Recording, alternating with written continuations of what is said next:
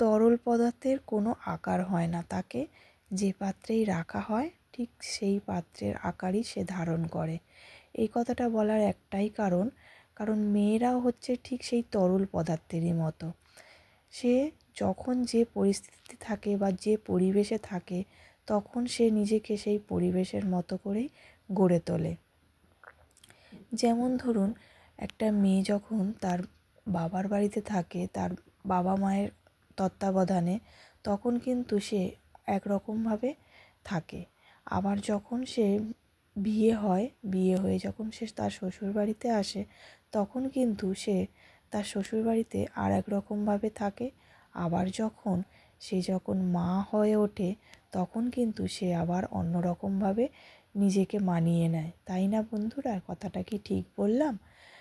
তো যাই হোক বন্ধুরা, আপনারা সবাই কেমন আছেন? আশা করছি সবাই খুব ভালো আছেন আর সুস্থ আছেন। তো আপনাদের আশীর্বাদ আর ভালোবাসায় আমরা তো মোটামুটি আছি। কিন্তু এদিকে ছেলের শরীরটা একটু খারাপ, কারণ কদিন ধরেই ঠান্ডা লেগেছে। তার কিছুদিন আগেই আবার ওর মানে একটু লুজ মোশন হয়েছিল। তার লুজ মোশনটা ঠিক হয়েছে, তারপরেই আবার ঠান্ডা লেগেছে। ঠান্ডা লাগাটা অবশ্য কম্পালসারি এখন সব বাড়িতেই, সব বাচ্চাদেরই হচ্ছে। শুধু বাচ্চা না, বড়দেরও এখন এই ঠান্ডাটা লাগছে, কারণ এই ওয়েদারের জন্য। কারণ এখনকার ওয়েদারটা না একদমই ভালো না, কখন গরম কখন ঠান্ডা। বেশিরভাগ সকালের দিক করে একটু ঠান্ডা ঠান্ডা থাকে, আবার বেলার দিকে সন্ধ্যার দিকে বলুন, দুপুরের দিকে তখন না একটু গরম গরম ভাব থাকে। তো এই কারণেই সবার ঠান্ডাটা লাগছে। তো যাই হোক, শীত হোক আর গরম, আমাদের কাজ তো আমাদেরকে করতেই হবে, তাই না? তো এদিকে দেখুন, সকাল সকাল ঘুম থেকে উঠে পড়ে ওদিকে ব্রাশ করে নিয়ে তারপরে সোজা চলে গেছিলাম কলঘরে জামা কাপড়গুলো ধুয়ে নেওয়ার জন্য। তো এদিকে প্রতিদিন তো ছেলের জামা কাপড় অনেকগুলো করেই থাকে, আমাদের জামা কাপড় সেরকম একটা থাকে না। তো ওর আর ওর পাপার দুজনেরই থাকে। তো আজকে ওর পাপা সেরকম একটা জামা কাপড় নেই, ওরই জামা কাপড় বেশি ছিল।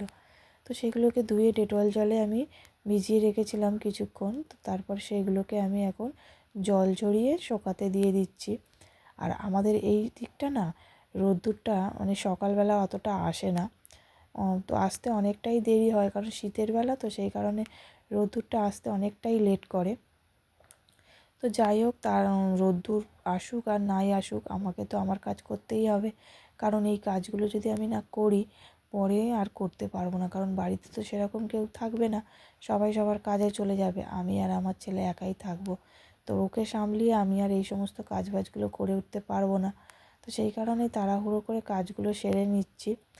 এখন ছেলে তো ঘুমাচ্ছে, ওর পাপা ওর সাথে ঘুমাচ্ছে, তো সেই কারণেই তাড়াহুড়ো করে কাজগুলো করছি।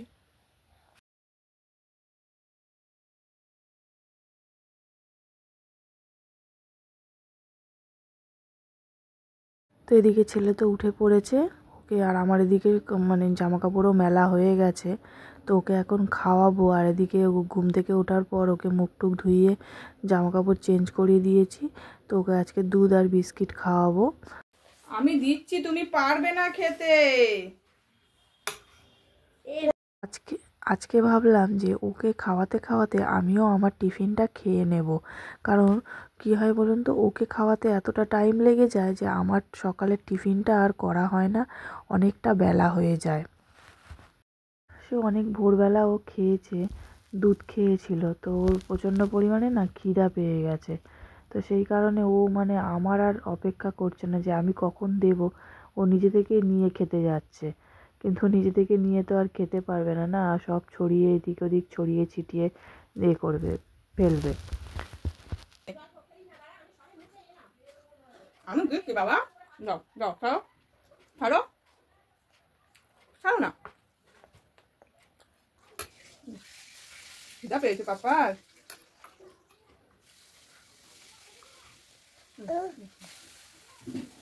হুম,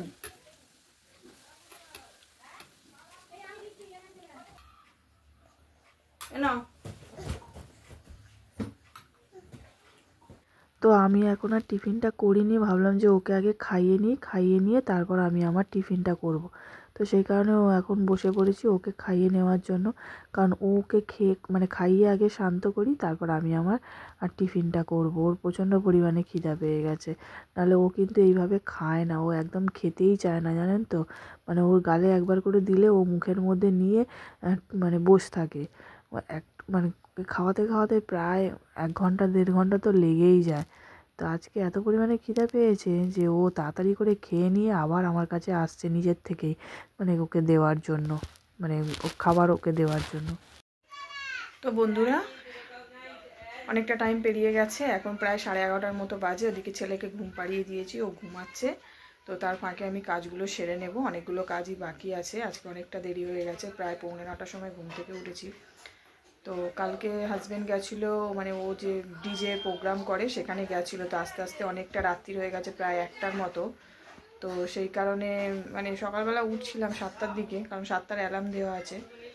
তো তখন উঠছিলাম, ও বললো থাক আর একটু শো, কারণ তুমি উঠলেই ছেলে উঠে যাবে, তারপরে তাহলে আমার ঘুমটা হবে না। তো সেই কারণে একটুখানি ভাবলাম যে আধা ঘন্টার মতো একটু মানে 7:30টার মধ্যে উঠবো, কিন্তু আর হয়নি। একবার ঘুম থেকে উঠে গিয়ে আবার ঘুমালে না আর মানে তখন আর ঘুম ছাড়তে চায় না।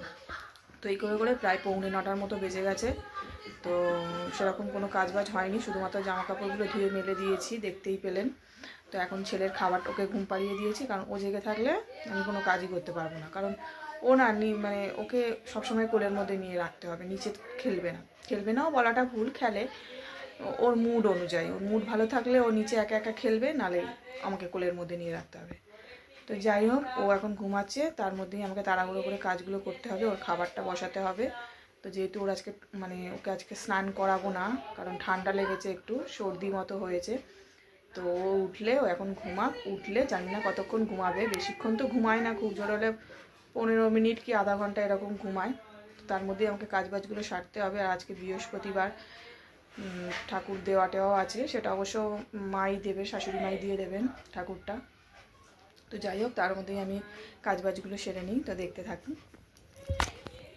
রান্না তো সকাল সকাল হয়েই গেছে, কারণ হাজবেন্ড কাজে গেছে, ও নিয়ে গেছে।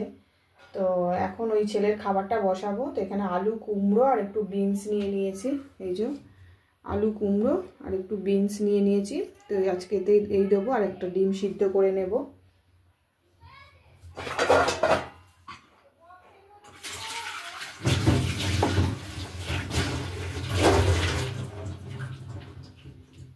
এগুলোকে একটু ছোটো ছোটো করে কেটে নিচ্ছি, তাহলে তাড়াতাড়ি সিদ্ধ হয়ে যাবে।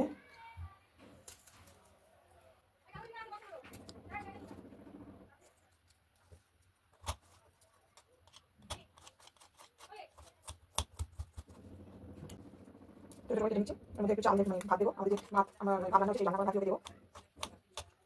মাঝে গোবিন্দভোগ চাল দেওয়া হয়, আমি সবসময় দিই, মাঝে সাথে দিই, ডালও দেবো। এখানে ওর খাবারটা বসিয়ে দিয়েছি। এখানে মানে সবজিটা দেখালাম, আমি আলু কুমড়ো আর একটু বিনস দিয়েছি, আর ভাত দিয়েছি, আর অল্প একটু মুগ ডাল দিয়েছি। তো এর মধ্যে সামান্য একটু নুন আর একটু হলুদ দিয়ে দিয়েছি।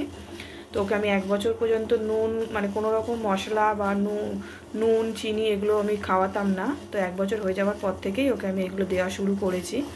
মানে 1 বছর হতে ওই 3-4 দিন বাকি ছিল। তো তখন তার আগে ওর মানে শরীর খারাপ করেছিল, মানে পটি হয়েছিল। তো ডাক্তার দেখেছিলাম, তো ডাক্তার তখন বললো ওকে দিতে পারো। তো সেই কারণে সেই থেকেই দেওয়া শুরু করেছি, নাহলে তার আগে আমি ওকে নুন চিনি কোনো কিছুই দিতাম না। তো এই যে আর বসিয়ে দিয়েছি ওর খাবারটা, একটা ডিম সিদ্ধও বসিয়ে দেবো, আর এদিকে ঘরের কাজগুলোও সেরে নেব। তো চলুন। ছেলে ঘুম থেকে উঠে গেছে অনেকক্ষণ আগে। তো ওকে তেল মাখিয়ে আজকে স্নান করাইনি, যেহেতু ওর ঠান্ডা লেগেছে। তো গা হাত পাগুলো একটু মুছে দিয়েছি, দিয়ে ওকে ড্রেস ফ্রেস পরিয়ে দিয়েছি। ও তো নিচে বসেই খাচ্ছিল। আর এখন এই যে উপরে বলটা আছে বলে উপরে উঠেছে, খাটের উপরে।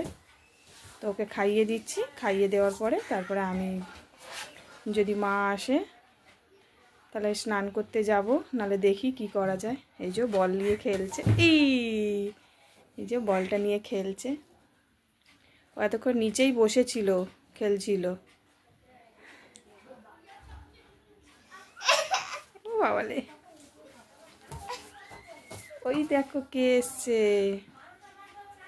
এই দেখো দুষ্টু দিদি এসছে, তোমার খেলার সাথী এসছে।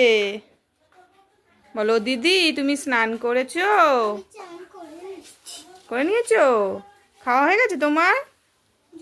এখনো নাম পড়া না বলে করছে। ম্যাম কি বললো? বলে কি তারপরে আবার পড়তে বাড়ি ও আমাদেরকে একবার পড়িয়েছে। নাও খেয়ে নাও, একটুখানি খাও। ওকে ওকে খাওয়াচ্ছ? এখনই খাইয়ে দিচ্ছি, তাহলে ঘুমাবে। 1:30 বাজে, এখন না খাওয়ালে কখন খাওয়াবো বলো?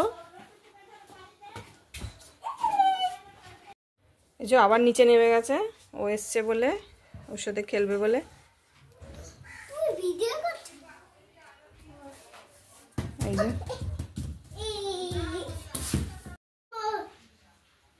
পা দিয়ে মারো, পা দিয়ে মারো, মারো মারো মারো পা দিয়ে।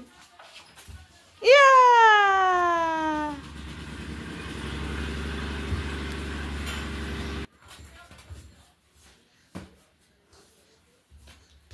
তো বন্ধুরা, আমার এই ভিডিওটি আপনাদের কেমন লাগলো অবশ্যই কমেন্ট করে জানাবেন। আর যদি ভালো লাগে তাহলে একটা লাইক করে দেবেন আর চ্যানেলটি সাবস্ক্রাইব করে দেবেন প্লিজ।